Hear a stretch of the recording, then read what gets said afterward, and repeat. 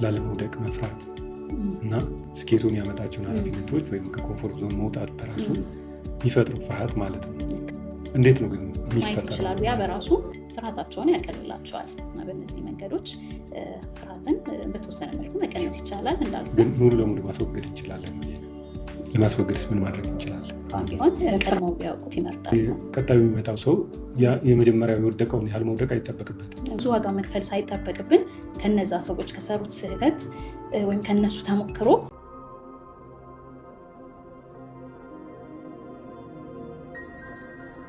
ሰላም የዛፈር ፕላስ የቢዝነስ ቻናል ተከታታዮች፣ ለዛሬም አዲስ ርዕስ ይዘንላችሁ መጥተናል። እኔ ሙስጠፋ አብደላ ከመሽኩራ ሙከሚል ጋር አንድ ርዕስ ላይ ለመወያየት ነው ይዘንላችሁ የመጣ ነው።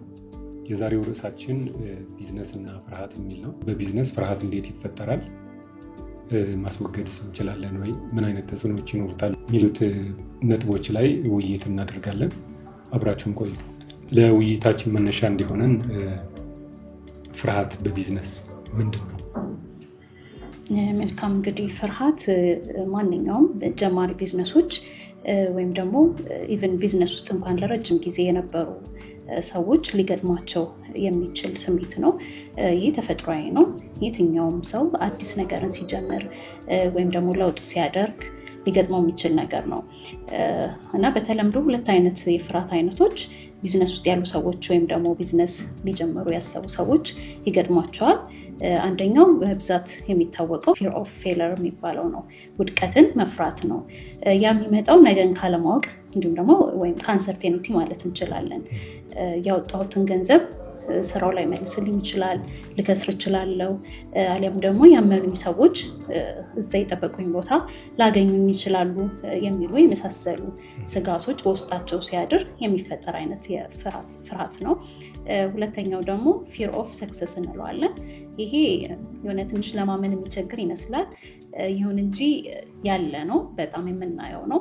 ይሄ የሚመጣው ብዙ ጊዜ ቢዝነስ ውስጥ ያሉ ሰዎች ሆነው አዲስ ነገር ለመሞከር ሲፈልጉ ወይም ቢዝነሳቸውን ለማሳደግ ሲያስቡ ከነበሩበት የኮምፈርት ዞን ውስጥ መውጣት ይከብዳቸውና ይሄ ስሜት ይፈጠራል በውስጣቸውና ይሄ ፍርሃት ምን አይነት ነው ካልከኝ አዲስ ነገርን አዲስ አይነት የላይፍ ስታይልን ለመልመድ እንዲሁም ደግሞ ስኬቱ በራሱ ይዟቸው ሊመጡ የሚችሉ ኃላፊነቶችን፣ ጫናዎችን ከመፍራት የሚመጣ ነው እና እነዚህ ፍርሃት ያለ ነው፣ የተለመደ ነው።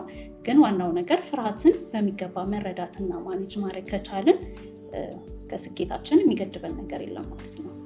እሺ፣ መልካም።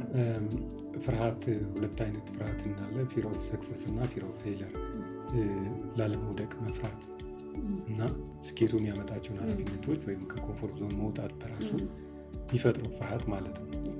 እንዴት ነው ግን የሚፈጠረው ማለት ነው? መነሻው እንደ አጠቃላይ የሚፈጠረው ከጥርጣሬ ወይም ነገን ካለማወቅ በሚለው ውስጥ ይካተታል። በቂ ኢንፎርሜሽን ካለማግኘት። በቂ አንሰርቴኒቲ ነው የሚያመጣው። አንሰርቴኒቲ ደግሞ እርግጠኛ ለመሆንን ምንድን ነው የሚያመጣው ካልን የኢንፎርሜሽን እጥረት ነው። ብዙ ጊዜ ስለሆነ ነገር ካላወቅን ያጠራጥረናል፣ እንፈራለን፣ እንደሚገጥመን አናውቅም። ወደ ቢዝነስ መግባት በራሱ ልክ ወደ ጨለማ ክፍል ስትገባ የሚሰማ ስሜት ወይም ደግሞ አዲስ የሆነ ጭጋግ ውስጥ እንደመራመድ ማለት ነው እና እይታን ስለሚጋርደው ውስጥ ላይ ምን ሊፈጠር እንደሚችል አታውቅም፣ እውቀቱ የለህም። በዛ ምክንያት ነው እና ልክ እንደዚሁ ተመሳሳይ ነው። ቢዝነስ ውስጥም እንደ አዲስ ስትገባ ምን ይፈጠራል፣ እንዴት ሊሆንልኝ ይችላል፣ እንደጠበቅኩት አገኘዋለሁ ወይ የሚሉ ተያያዥ ጥያቄዎች አሉ። እንዲሁም ደግሞ ቢዝነሱ ቢከስር ወይም ስኬታማ ባትሆንበት ስምህንም ይዞ ነው የሚወድቀውና እነዛን አሉታዊ ተጽዕኖዎች ወይም ደግሞ ፋክተር እነዛን ውጤቶች ከመፍራት የሚመጣ ነው። ስለዚህ እንዳጠቃላይ ከመረጃ እጥረት ማለት እንችላለን። በኋላ ላይ ለሱ ምን አይነት መፍትሄ ይኖረዋል የሚለውን እንመለከታለን። ኦኬ፣ አሁን የመረጃ እጥረት የሚፈጥረው አንሰርቴኒቲ፣ እርግጠኛ መሆን ያለመቻል፣ እርግጠኛ ሳትሆኚ ስትቀሪ ምን ሊፈጠር እንደሚችል እርግጠኛ በማትሆኝበት ሁኔታ የሚፈጠረው ነገር፣ ሊመጣ የሚችለው ነገር ትፈሪዋለሽ ነው። በአይነቸር ደግሞ ሰዎች ጥሩና መጥፎ አሁን ግምታዊ ስትሆኚ እርግጠኛ በማትሆኝበት መረጃ በሌለሽ ጊዜ ኔጌቲቭን ነው ቀድሞ ታስቢ። ለምሳሌ ቅድም እንዳልሽው ጨለማ ውስጥ ሰው እየተራመደ ብቻውን ሲሄድ በጎ ነገር ይገጥመኛል የሚለው አይደለም ቀድሞ የሚመጣው አእምሮ ውስጥ። ልክ ነው። የሆነ እንቅፋት ቢያጋጥመኝስ? ኔጌቲቮቹ ነገሮች ናቸው ቀድሞ የሚመጡት እና እርግጠኛ ያለመሆን ችግሩ እሱ ነው። እርግጠኛ አለመሆን ደግሞ የሚያመጣው የመረጃ እጥረት ነው። ሰዎች እንደውም ባይ ኔቸር ስለ አንድ ጉዳይ ኔጌቲቭ የሆነ ነገር እንኳን ቢሆን ውጤቱ አሉታዊ እንኳን ቢሆን ቀድሞ ማወቅን ነው የሚመርጡት። ይሄ ብዥታ ውስጥ ከመግባት ፍርሃታቸውን ይቀንሳል። ፍርሃታቸውን ይቀንሳል እና እንዲህ ብዥታ ውስጥ ከመግባት አንሰርቴኒቲ ውስጥ ከመግባት ኢቭን ኔጌቲቭ ሪዘልት ያለውን ነገር እንኳን ቢሆን ቀድሞ ቢያውቁት ይመርጣሉ። ማስወገድ ይቻላል ወይ? እንደዚህ ከሆነ ፍርሃትን ቶታሊ ማስወገድ ይቻላል? አሁን እያወራን ያለነው ስለሌላው ፍርሃት ሳይሆን ስለ ቢዝነስ ውይይታችን ስለ ቢዝነስ ስለሆነ በቢዝነስ ውስጥም በአጠቃላይ የመረጃ እጥረት ሲኖር ስለምንሰራው ቢዝነስ በቂ መረጃ ሳይኖረን ሲቀር ወይም ደግሞ ሊፈጠሩ ስለሚችሉ ክስተቶች በቢዝነሱ ወይም ደግሞ የሆነ ፕሮጀክት አቅደን በዛ በቢዝነሳችን ውጤቱ ምን ሊሆን እንደሚችል ቀድመን ካለመረዳት ወይም በቂ መረጃ ካለመያዝ ሊፈጠር ስለሚችለው ነገር ቀድመን ካለማጥናታችን የሚነሱ ፍርሃቶች ሊኖሩ ይችላሉ። አሁን እንዳልሽው ግን ሙሉ ለሙሉ ማስወገድ እንችላለን? ለማስወገድስ ምን ማድረግ እንችላለን? ፍርሃትን ሙሉ ለሙሉ ማስወገድ አንችልም። ሁለት ምክንያቶች አሉ ለዛ። የመጀመሪያው ፍርሃት ተፈጥሯዊ ነገር ስለሆነ ነው። የፈለገ ስለሆነ ቢዝነስ መጀመር ስላሰብከው ነገር ብታጠና ብታውቅ እንኳን ከፍርሃት ሙሉ ለሙሉ ነፃ መሆን አትችልም። ያ ተፈጥሯዊ ከመሆኑ ጋር በተያያዘ ነው።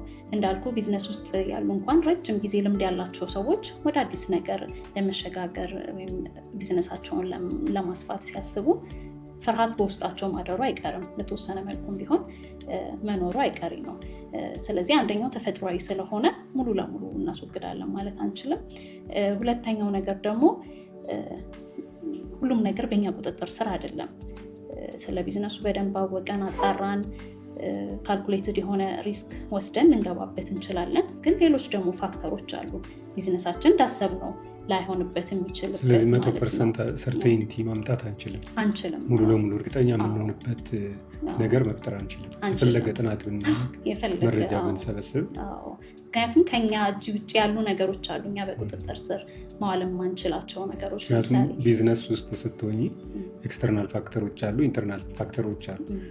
ኢንተርናል ፋክተሮችን መቆጣጠር እንኳን ብትችይ ኤክስተርናል ፋክተሮችን መቆጣጠር አትችይም። አሁን ቢዝነስሽ ሎካሊ ሀገር ውስጥ ያሉ ነገሮች፣ በካምፓኒሽ ውስጥ ያሉ ነገሮች፣ ከዛ ደግሞ በኢንቫይሮንመንት ውስጥ ያሉ ነገሮች፣ በማህበረሰብ ውስጥ የሚከሰቱ ጉዳዮች፣ እነዚህ ሁሉ ማት ፋክተሮች አሉ። ተፈጥሯዊ ክስተቶች አሉ፣ ሰው ሰራሽ ክስተቶችም አሉ። እነዛ ነገሮች ኤክስተርናሎችን መቆጣጠር ስለማንችል 100% እርግጠኛ መሆን አንችልም ነው። እንዲሁ የዓለም የገበያ ሁኔታ በራሱ ያንተ ቢዝነስ ላይ የሚያመጣው ነገር ሊኖር ይችላል። ስለዚህ ሁሉም ነገር በቁጥጥራችን ስር እስካልሆነ ድረስ ፍርሃትን ሙሉ ለሙሉ አስወግደን በነገሮች እርግጠኛ መሆን እንችላለን ማለት አንችልም። ቢሆንም ግን ፍርሃትን የመቀነሻ መንገዶች አሉ። በሌላም መንገድ አሁን ከሰርቴኒቲ አንጻር ያለውን ብቻ ሳይሆን ተፈጥሯዊ ከመሆንም አንጻር የተፈጥሮ ስሜቶች ከምንላቸው በጣም ስትሮንግ የሆኑ የተፈጥሮ ስሜቶች ከምንላቸው ውስጥ አንዱ ፍርሃት ነው። ለምሳሌ ፍርሃት፣ ደስታ፣ ሐዘን ምናምን የምንላቸው ነገሮች እነዚህ ተፈጥሯዊ ስሜቶች ናቸው። እነዚህ ስሜቶች እንዳይኖሩን ማድረግ አንችልም። ስለዚህ እሱ ተፈጥሯዊ መሆኑ አንድ ፋክተር ነው ሙሉ ለሙሉ እንዳናጠፋው የሚያደርገን። በነገራችን ላይ ፍርሃት እኮ በተወሰነ ደረጃ ለጥንቃቄ አስተዋጽኦ ስለሚያደርግ በተወሰነ ደረጃ ጠቀሜታ አለው።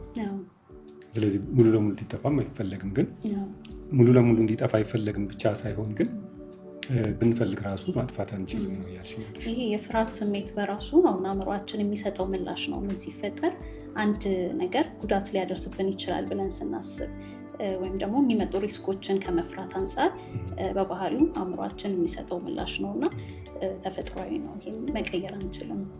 በተወሰነ መልኩ ግን እንዳልኩ የምንቀንስባቸው መንገዶች አሉ። ከዛ ውስጥ እንዴት ነው የምንቀንሰው? ከዛ ውስጥ የመጀመሪያው ያ ፍርሃት እንዳለ አምኖ መቀበል ብቻ እንዲህ በደፈናው የሆነን ነገር ይሄ ቢዝነሳችንን ወይም ያሉብን ጥያቄዎች ፈርተን ዝም ማለት ሳይሆን በግልጽ እያንዳንዱን ምንድን ነው ያስፈራኝ የሚለውን ነገር ለይቶ ለመገንዘብ መቻል ነው የመጀመሪያው ነገር። በዛ መልኩ ፍርሃታችንን እንቀንሳለን። ቅድም እንዳልኩት ከአንሰርቴኒቲ ጋር በተያያዘ የኢንፎርሜሽን እጥረት ሲሆን መረጃ ሲያንሰን ነው ብዙ ጊዜ ፍርሃት የሚፈጠረው። ስለዚህ የቱ ጋር ነው የተሻለ እውቀት የሚያስፈልገኝ፣ የተሻለ መረጃ የሚያስፈልገኝ የሚለውን በሚገባ በመለየት ፍርሃታችንን መቀነስ እንችላለን። ከዛ ጉዳይ ጋር በተያያዘ ያለንን መረጃና እውቀት ማስፋት እንችላለን ማለት ነው። ስለዚህ ይሄኛው የመጀመሪያው መንገድ ነው።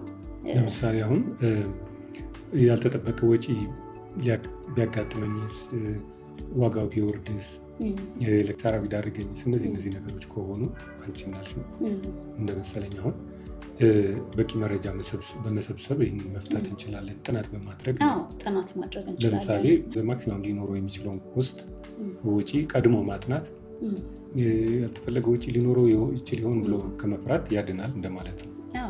ልክ እንደዚህ ለምሳሌ ተፎካካሪያችን ባህሪ ምን ይመስላል የሚለውን በማጥናት የደንበኛ ፍላጎት በምከፍተው ቢዝነስ ላይ ምን ያህል ፍላጎት ይኖረዋል፣ ምን የተለየ ነገር ማምጣት እችላለሁ የሚለውን ቀድሞ ማጥናት ይቻላል።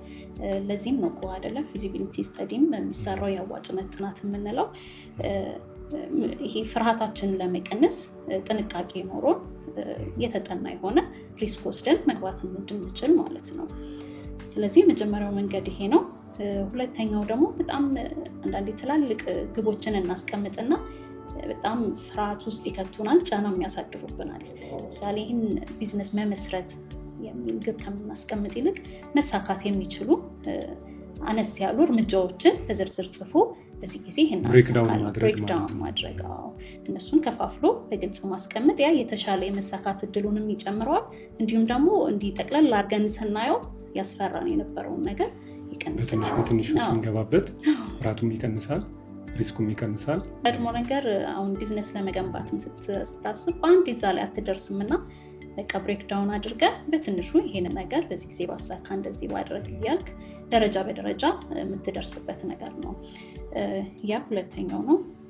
ሶስተኛው ነጥብ ፍርሃት ቢኖርም እንኳን እርምጃ ከመውሰድ ወደኋላ ለማለት ነው። አስቀድመን ያለውን ፍርሃት የቱ ጋር እንደሆነ ለየን።